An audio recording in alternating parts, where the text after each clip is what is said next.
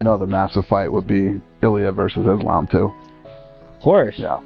But Salim is obsessed with that fight. Oh, really? He's obsessed with it. And I tell him, I'm like, but they both got to win more fights in their division first, right? That's kind of how you do it, right? When it's like they both run through their division, and then it's like you're in the position where it's like, I got to make this. That's what happened with Volk Islam, right? Well, the other thing is too is that Islam moves up, and obviously if Islam won the title, you immediately have a super fight with him and Ilia. So Could that be, I if don't know. Islam gets one victory, could that potentially happen? You have to see. It's one thing to sit around. This is what the media always tries to do. Sit around and talk about these fights before they happen, or hypothetically speaking. I don't like hypothetical. These are options that we have if things play out that way, but you never know what's going to happen. Islam Makhachev has shaken up the MMA world by expressing his interest in facing Ilia Topuria after capturing the welterweight title.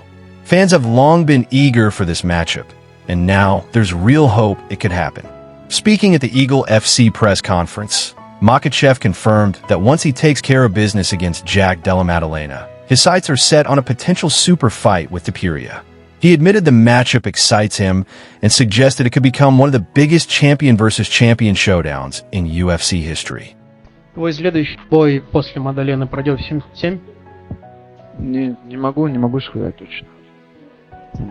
Есть с Топурией какая-то интрига. Мне самому тоже интересен этот бой. Может получится сделать какой-то супер бой. Или, как я сказал, посмотрим по весу. Islam Makhachev stirred up even more excitement when he hinted at dropping back down to 155 to take on Ilia Topuria. During the Eagle FC press conference, a fan asked if he'd consider returning to lightweight to destroy Topuria and silence him once and for all. Islam's sharp response instantly electrified the crowd. He also discussed his current weight, explaining that before his last camp he hovered around 183 to 185 pounds, but with proper training and nutrition, he now walks at about 189 pounds. Makhachev said this is the range where he feels both strong and sharp, especially when sparring with natural welterweights. He added that bulking up further isn't his priority anymore, as his training camps have already prepared him to perform at the higher weight class. What is your weight now? How much did your weight change, and how did your physical condition, your physical preparation change? Up until last camp, I think my weight was about 83, 84, but now with the right regimen, with the right diet, my weight is now 86 and a half. Yesterday was 86 and a half. I think right now I'm where I need to be. I'm at the right weight. I'm at the place where I feel comfortable with working out, sparring, and working with the guys that usually fight at 77. To continue to gain the weight from now on is not necessarily the goal of mine. I mean, it might go up by 1 or 2 kgs in training still, but we've already done plenty of work during this camp with heavyweights to make sure to gain the proper. The former lightweight champion went on to address the possibility of returning to 155 after his welterweight debut. He admitted that making the lightweight limit was never an easy task, and said any decision would largely depend on how his body responds following the fight. Makhachev explained that if his weight climbs to around 85 to 86 kilos, he and his team would need to carefully evaluate the situation before making the call on whether to stay at welterweight or attempt another run at lightweight. Consider going back down to lightweight because with everything you said, most likely cutting weight is going to be only harder. Depends on how much weight I'll gain after the fight.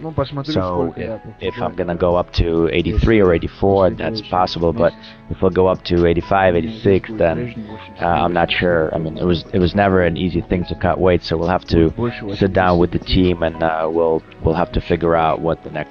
Similarly, Ilia Topuria also voiced his interest in a showdown with Islam Makhachev, even suggesting the White House as a unique stage to showcase the fight for the American audience.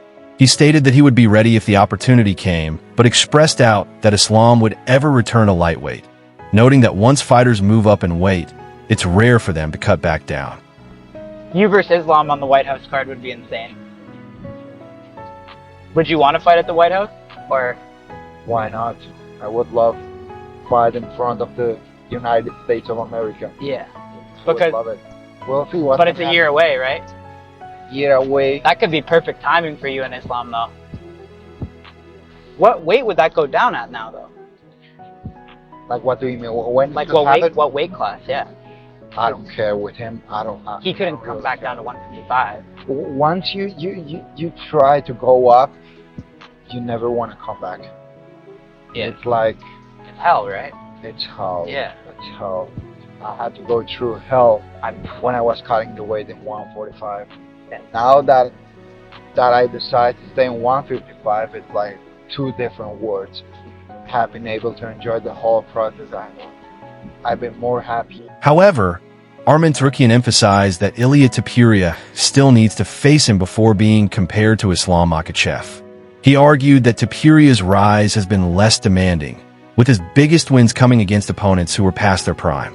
Arman further claimed that if Topuria had faced Alexander Volkanovski a few years earlier, the outcome would have been very different, with Volkanovski dominating the matchup. If he beat me, he's gonna be on the same level as this one. He gotta beat like someone like me, you know, who can wrestle. He just had easy fights on his career, you know. He beat legit fighters, but not on their prime. If he made Volkanovski 4 years ago, Volkanovski just eating. Islam Makhachev also admitted that the most logical matchup at lightweight right now is Ilia Topuria versus Armantsarukyan. He explained that Arman has already proven himself as a tough contender and deserves the opportunity. Makhachev added that if Tsarukyan enters the fight with the right mindset, he has all the tools needed to defeat Topuria. На твой взгляд, сейчас самый справедливый бой за чемпионство в легком весе между Илией Топурией и Арманом Царукяном? Ну да, конечно. Если кто-то когда-то, не знаю, в истории страховал бой, делал вес, он всегда дрался почти. Ну, я не помню в истории, чтобы не давали бой. Арман сделал последний турнир вес, подстраховал бой, и я думаю, он должен быть следующий. Он доказал, что у него же была проблема с весогонкой, он доказал, что может спускаться, гонять вес, и я думаю, что это самый актуальный бой на данный момент. У кого было бы больше всего шансов на победу? Ну, я думаю, если честно, если Арман выйдет с правильным настроем, то он справится. Charles Oliveira also agreed that Armantsarukyan should be the next challenger for Ilia Topuria's title. He pointed out that Arman is the #1 ranked contender and has already earned his shot. Oliveira also reminded everyone that Tsarukyan was previously scheduled to fight for the belt, but had to withdraw due to injury, which makes him the rightful choice now. Meanwhile, new middleweight star Khamzatchimaev has been training alongside Tsarukyan to help him prepare for his upcoming fight. He was even spotted motivating Arman to push past his limits. Fans praised their bond, calling their brotherhood and support for one another unmatched. Você imaginaria que seria uma luta interessante e que causaria talvez uma dificuldade pro Topuria? Cara, não vejo problema de dificuldade, ele é interessante. Eu acho que o cara que merece ser o Arman, o número 1 do ranking, então o Arman merece essa luta. Sabe, tá esperando ali, ele luta pro título, teve a lesão, saiu, então acho que é o Arman. Khamzatchimaev also shared that the fight between Ilia Topuria and Armantsarukyan needs to happen this year. He called it the perfect matchup, with Arman's world-class wrestling against Ilia's elite striking. A clash that would reveal who is truly the best. Despite being close to both fighters, Khamzat admitted he'd be eager to watch them settle it inside the cage.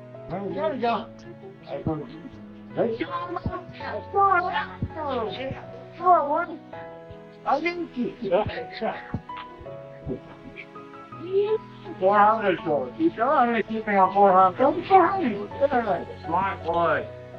Smart boy. Here, how can we make wrestlers to be a smart?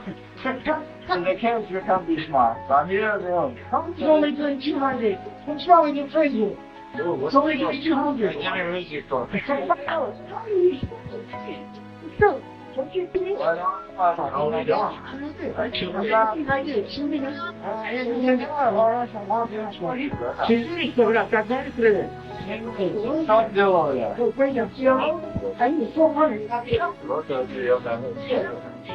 On the other hand, former UFC champion Chael Sonnen gave his take on Ilia Topuria's next move, expressing confidence that the UFC is setting up a fight with Armantsarukyan.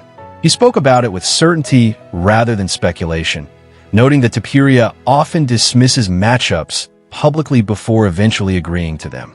When asked how he knew, Chael pointed to his friendship with Arman's wrestling coach, saying his information came directly from someone close to the team.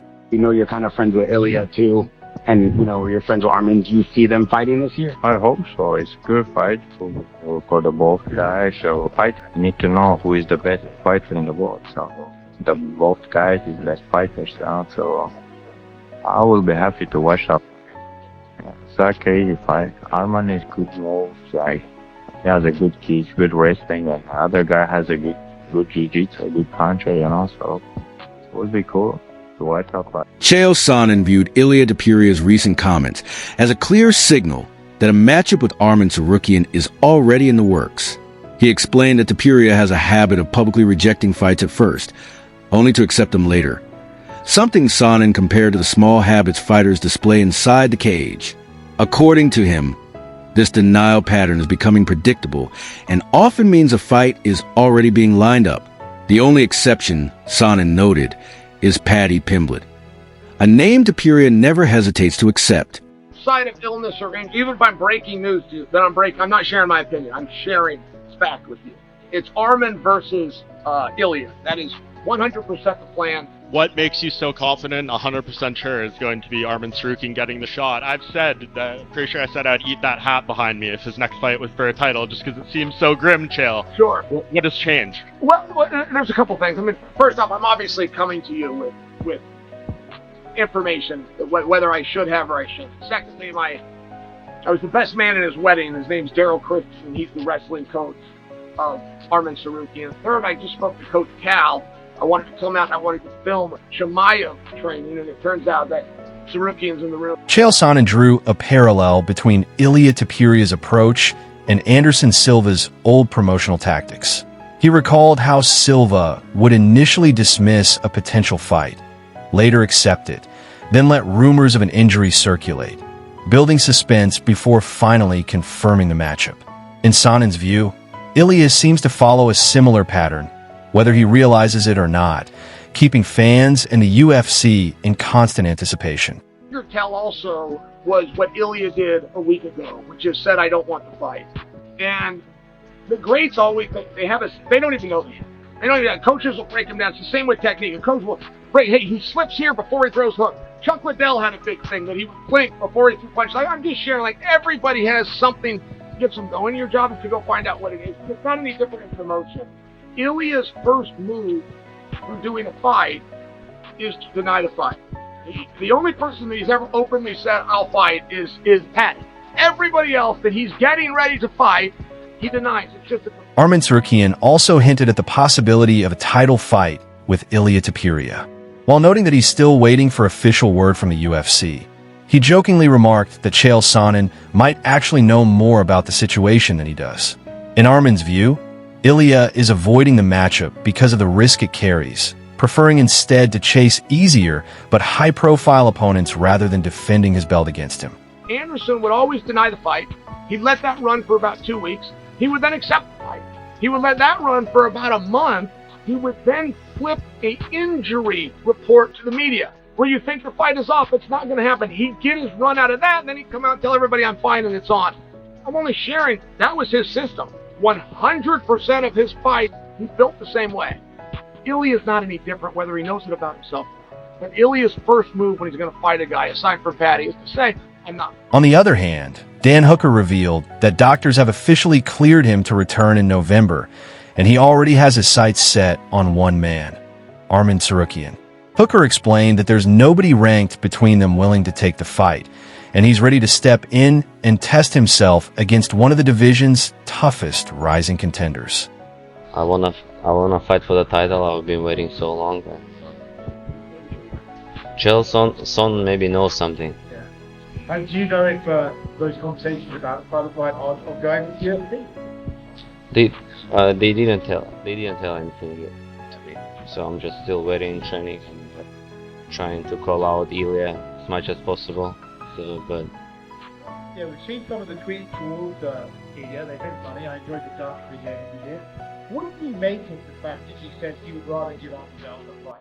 You stated that I mean, he feels that he's gonna lose the fight. It's better to give the belt and like go up or like wait when what happened with me, because he knows just I'm a big problem for him. I'm gonna get his title. He knows that, and he wants to get easy fight with Perry or Gage or with someone. Just make money and do defense. But with me, it's gonna be hard for him. Dan Hooker earlier suggested that several top contenders in the lightweight division were deliberately trying to avoid a fight with Armantsarukyan. He clarified that it wasn't personal, but simply because Arman is one of the toughest matchups in the division. In Hooker's view, many fighters give public excuses to dodge the bout, while the real reason is Tsarukyan's skill set, one that can make even elite fighters look bad inside the cage. Said you had ducked him, but I've heard you call his name many times over the years. So there's that. Like it just didn't work out. I'm cleared to fight in November. That fight was in October. I never even got offered that fight because I told the UFC that I don't have medical clearance. So I'm cleared for November. All he had to do was kind of sit and wait a couple of weeks. But you know, it's just the stars in life. I want that Arman. I think he's a scumbag, monobrow loser. That. And I'll knee him right in I'll cave his face right in. That's on the cards. There's not a single other fighter in the top 5 or anyone ranked between me and him that even wants that fight. Like, no one, he's the number 1 contender. No one gives a flying.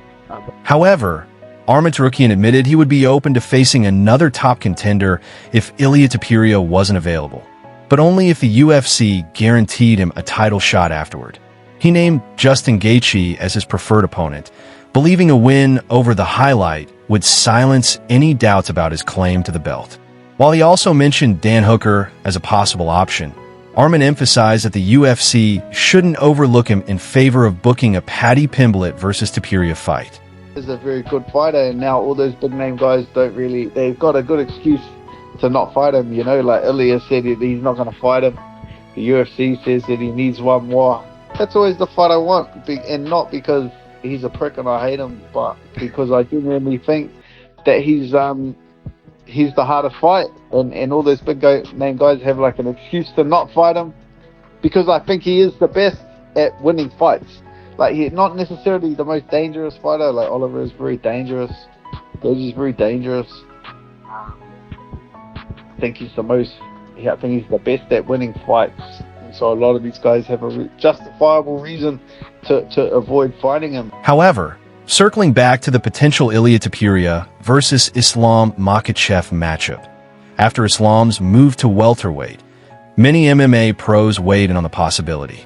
Michael Bisping called Islam versus Topuria one of the biggest fights the UFC could book.